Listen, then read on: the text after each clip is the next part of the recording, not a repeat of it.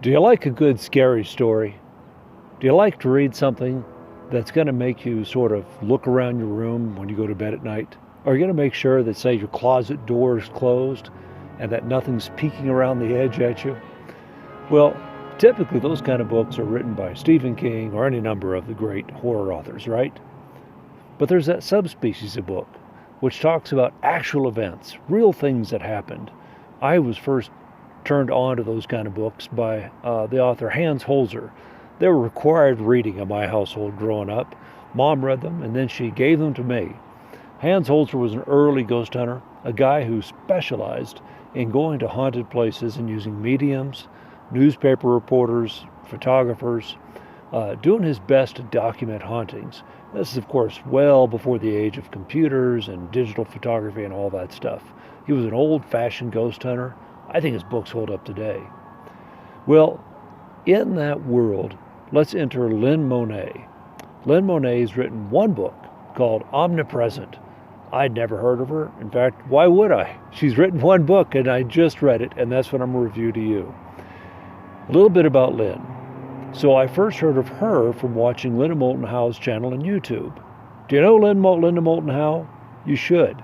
She's out there by most people's standards. She's in her 70s now, but she's a former beauty pageant winner, a reporter, an investigative reporter, legitimate reporter, who sometime in the 70s got turned on to the whole alien slash ancient civilizations thing, and has spent the last 40 some odd years doing everything she can to document an alternate reality, a world that is around us that we don't see, or perhaps are willfully ignorant of seeing. Well, during her show, which she does once a week on YouTube, she mentioned the author Lynn Monet. Lynn can see spirits, vibrational frequencies that the rest of us really can't see, but perhaps animals can, for instance. Well, she first became aware of this, apparently, back when she went to buy a house. And Omnipresent is about how she never lived in that house, because from the moment that she set foot in it, it was haunted. So what I want to do is, I'm using the Kindle version, because I was experimenting with the note-taking thing, and I'd like to read little bits of her story, because to me, she seems entirely credible. She's a nurse, according to her biography, fast-tracking to be a nurse. She's in her mid-50s, so this would be a career change. But at some level, she was working in the nursing field in a hospital when she wrote this book about her events in 2007, when her children were 12 and 7 years old. You know, what I liked about it is she starts off the book matter-of-factly. Lynn Monet does not tell you about her past and her childhood and all that stuff. She lets you know she's a woman of faith. She also lets you know that the time of the events in this book, she was a single mother recovering from being financially devastated by a divorce and having to rebuild her credit, living in a single-wide mobile home. Well, she came across a house after building her credit back up that was too good to be true. The real estate agent contacted her and said, in fact, the real estate agent says, "This house is almost too good to be true, and it's in your price range," she said to me. Then she gave me a few details about the house. The printout showed that it was 2,400 square feet, a 2-story brick house with 3 nice-sized bedrooms, large closets, 2 bathrooms. It had a formal living room. Look, it's a very nice house. And typically those houses go for about $250,000 at the time of this writing in North Carolina. And this was on sale for $133,900. Lynn is thinking it's just too good to be true. So she goes to look at the house. She is eager to raise her kids in a nice place and get them out of this single-wide mobile home that they've been living in out of necessity. Well, as she's going up the stairs, she sees off the foyer were ascending and descending stairs. I wanted to view the upper level first. As I turned up the stairs, I saw out of my peripheral vision a flash of what appeared to be a young man hanging inside of the stairwell. He hung from the wrought iron railing over the descending stairs that led down to the family room. I got to tell you, right there, I'm out of there. That's it. I have had experience with ghosts, as you'll see from my stories, and if you've watched my own brother's stories so far, these are not uncommon for us in our life. Still, you see a dead young man hanging from your stairwell, that's a heavy-duty warning. This could be trouble. But Lynn really, really wants this house. She really wants to take care of her kids, and she is a woman of deep Christian faith. So she tells these vignettes of going into the house and essentially just ignoring things that are happening. So, for instance, now she's still just doing the first walkthrough of the house, just to see if she really wants this and try to figure out why is it $134,000. Still at the top of the stairs, I glanced back over my shoulder to see that Jane was still struggling with the stuck key. Jane is the real estate agent, and the key being stuck in the door is a serious hint that something is wrong. Then I looked forward to get into the empty living room. All of a sudden, I had the sensation of seething anger coming at me. It felt like I was being charged by an angry bull. The feeling was so intense that it made me take a step back. I had to grab the stair rail so as not to fall down the stairs. It felt like whatever it was had stopped within an inch of my face. Then just as quickly, another sensation like a spider web brushed against the corner of my forehead and cheek. I frantically started to brush my face off with my one freeing hand. Look, she's got an angry, unseen presence right away, and that's just by walking in the place. So, she walks through the house. She ignores all this because Lynn wants to raise her children in a great place. Well, then Brittany, who's her 12-year-old daughter at the time, who, as of the writing of the book, is now 23, a short time after they went downstairs, she and Brittany and her brother, Brittany returned to me with a somber expression on her face and said, "Mommy, I don't want to live here." At first I thought that I had not heard her correctly and asked her, "What did you say?" "I don't want to live here. I don't like this house." This upset me, as I could not imagine how she would not like this gorgeous house. We'd been living in an old, single-wide trailer with very little yard all this time. Why wouldn't she want to live here? And her reply was, "There is something weird about this house that I don't like." I stood there with Jane, feeling a bit embarrassed at my daughter's comment. So, events continue. And I could go on about this because I found the book fascinating. What really works for Lynn is that she's matter of fact. She doesn't try to embellish. She doesn't create. She simply tells you what her experiences are. This is what she saw. This is what happened. And she says frequently, "You don't have to believe me. I'm just telling you what happened." Now, there's different things that happen. For instance, she's painting. She wants to get the place to, there's work to be done. And she hears a voice say, "Mommy." And then it goes, "Mommy." It's playing with her. Well, they spend one night there. She and her two kids and their dog, Sally. Sally doesn't want to go in the house. She has to pick that dog up and bring Sally into the house. And Sally, the dog, is terrified. She runs in between the two kids and sits there between their beds, their air mattresses, staring at the door. Well, as I walked out of the kitchen doorway, says Lynn, and started to pass through the wrought iron railing to my right, I caught a glimpse out of my peripheral vision of the most horrific creature that I had ever seen. It was something that was definitely not of this earth. I stood paralyzed at my tracks for about 30 seconds, trying to make sense of what I had just seen. It was a silhouette of a swiftly moving figure coming up the ascending stairs from the lower level. The figure then shot across the double entry doors and up the second set of stairs into the main level, right in front of where I was standing. Then it disappeared down the hallway towards the master bedroom. The figure's silhouette was static-looking in appearance, like it was furry or fragmented. Its color was a dull medium brown, with wolf-type features, and stood upright on its haunches. Its feet appeared to be moving so fast that it looked like fluttering movement below its lower torso. I am 5'9", and this entity was only about 2 inches shorter than me. It had a large, bushy, squirrel-like tail and long, tapering rabbit-type ears that were at each side of its head, not on top. They were turned backwards and were grazing over the top of its narrow shoulders. It appeared to be hunched over. Its upper limbs were smaller and bent at the elbows with long nails. Its face was wolf-like, with narrowing toward the nose. It had large nasal openings, similar to a horse, that took up almost all the space on the end of its nose. The skin appeared to be sunken in over bone. I was horrified. I gasped, thinking, "Oh my God, what was that?" So, Lynn's first vision of the demon, not just a dead young man hanging from the staircase, but now some sort of wolf-like demon. And what does she do? She does not run from the house, gathering the children up under her arms, screaming. Well, I would have superhuman strength. I'd probably, well, as a matter of fact, as I was rereading this to do this review, I'm sitting here, there's in a park outside here, here in Steamboat, and I'm sort of tense reading, and all of a sudden, I notice there's a squirrel running across the yard. I sort of look at the squirrel. It starts chattering at me. Dat, dat, dat, dat, dat, dat, dat. And I was like, what the heck? What's wrong with you? And then it hung upside down on the, stood upside down as they do, on the branches or on the trunk. And turned its head up and stared at me. Dat, dat, dat, dat, dat, dat.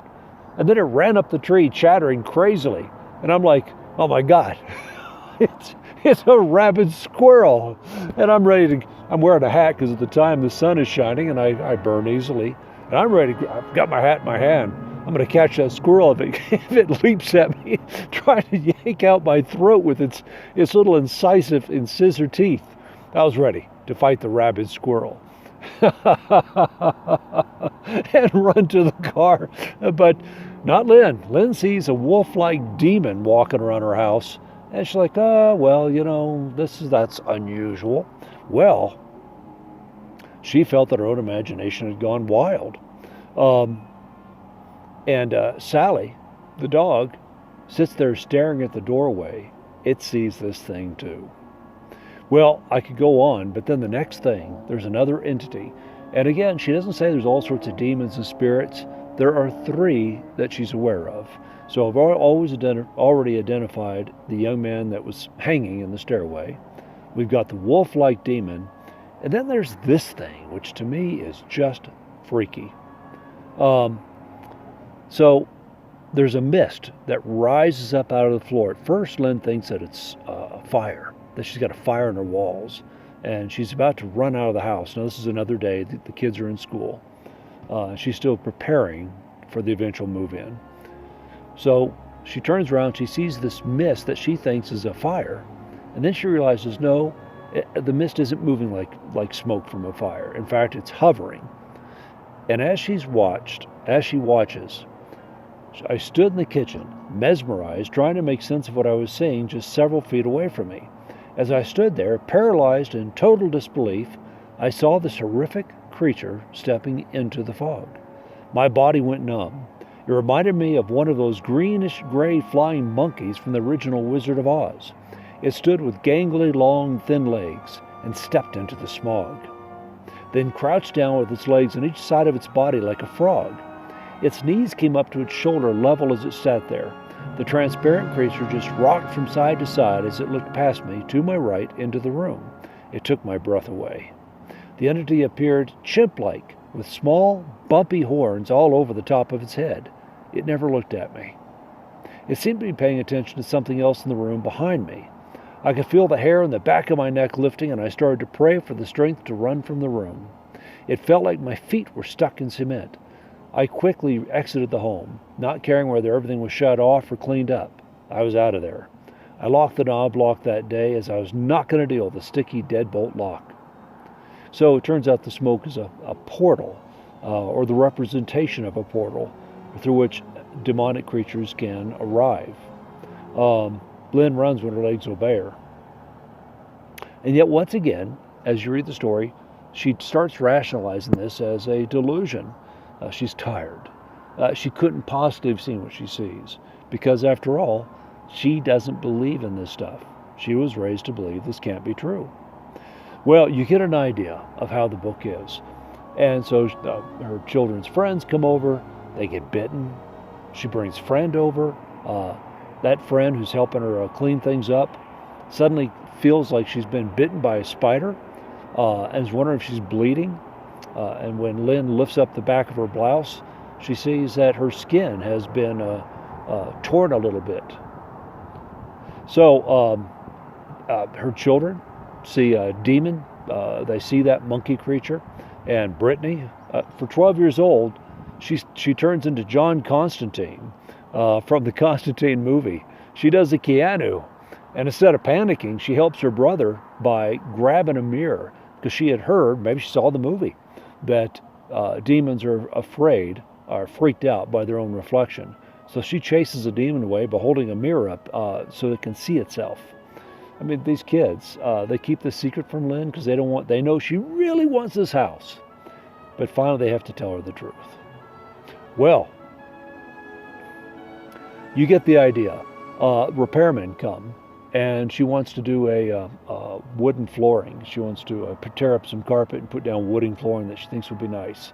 She has 3 different repairmen. Part of the story is why each of the 3 repairmen start and then quit and just take off, including tools being moved, them seeing things. They're freaked out. They're not going in the house. Well, so the matter-of-factness of the story is what I really enjoy. And throughout it, Lynn just seems entirely sane, entirely reasonable. She makes a point of going to get help. She wants to cleanse the house. It's too good of a deal to pass up. And by the way, months are passing. She's bought the place. She's making the mortgage payments. Oh, and I should have mentioned, she is struck by how easily the owners sold it to her. She had a list of things that need to be repaired. They said, yeah, no problem. She asked, why are you getting rid of the house when you're only moving 10 minutes away? Oh, it's a job reason. It doesn't make any sense. And she notices that the woman who's selling it to her, the mother, doesn't look her in the eye. Well, under the law, you don't have to disclose that there is a ghost in the house. So, Lynn turns to the churches. She wants to get some spiritual help. And what really struck me about that part is she's very straightforward about how each church, in its different way, refused to help her. In fact, with each phone call that I made, the door shut. Most of them referring me to the Catholics. Well, of course, we've all seen The Exorcist. You call the priest that haven't performed a cleansing. I was surprised with this new finding, especially since most religious establishments profess to be the chosen religion, while others claim to be the only ones going to heaven. So bring your money here. They manipulated the wording of their Bibles. Come to our church and make it into heaven, or go to another church and go to hell. This included my own denomination, Presbyterian, though the Presbyterians worded it more diplomatically than the Baptist. I was surprised that no churches wanted to take on this challenge and prove their superiority by helping me. I knew this was not God talking, but the human's fear. It wasn't God's fault. I forgave the people and understood, as I was human and horrified too. Well, she continues to be shunned, not helped. And in fact, one church actually tells her, if you belong to our denomination, you wouldn't even have this problem to begin with. Isn't that the antithesis of sort of the stereotype of holier-than-thou Christians, the ones that turn people away from God by their very sanctimonious actions? Lynn deals with this, and she's surprised and dismayed. She does get some help. She does get a Catholic priest to come help. He does his best. She gets another one to come. He is so scared that she describes it as what he did. He ran through the rooms, throwing holy water in. He was in and out in 10 minutes because he was terrified. And she said that demons feed off of fear. So all he wound up doing was irritating them with his little bit of religion and giving them more power. Well, so this, as you can tell, I enjoy this. And there were a whole bunch of passages I could read. On the other hand, I'm going to recommend that you get her book off Amazon yourself. Get the Kindle version. There's a hardcover.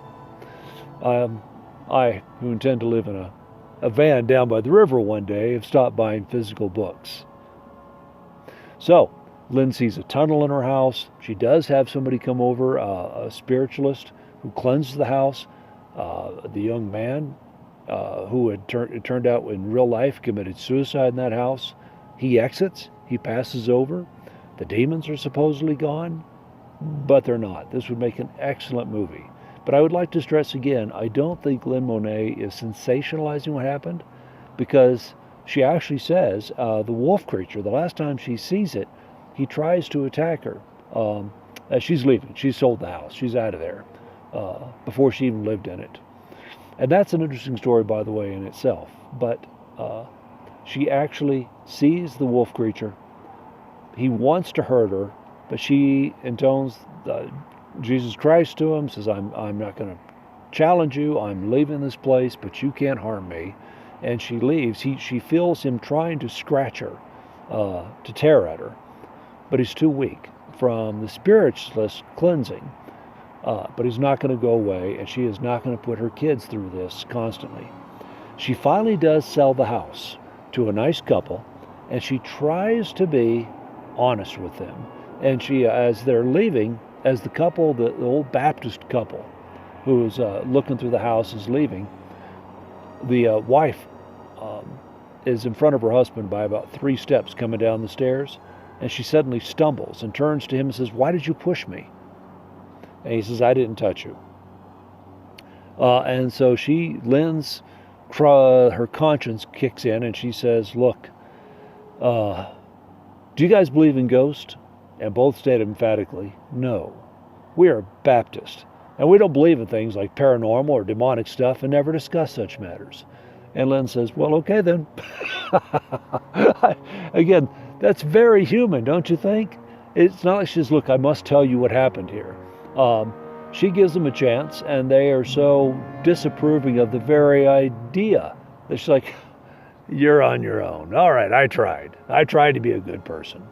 Anyway, in the last chapter of the book, I thought was very useful, because she talks about, again, just based on her personal experience, how to tell if you have ghosts or demons and the different types. Are they angels? Are they spirits? Can they hurt you? How do you, she doesn't offer advice on how to cleanse the ghosts or spirits or demons, because she says she wasn't successful. So she's not going to tell you how to do it. All she can do is give advice on, look for signs of spirituality, of things floating that are in the house or in the place you're going to move into before you do it. Anyway, all in all, I very much recommend Lynn Monet's book.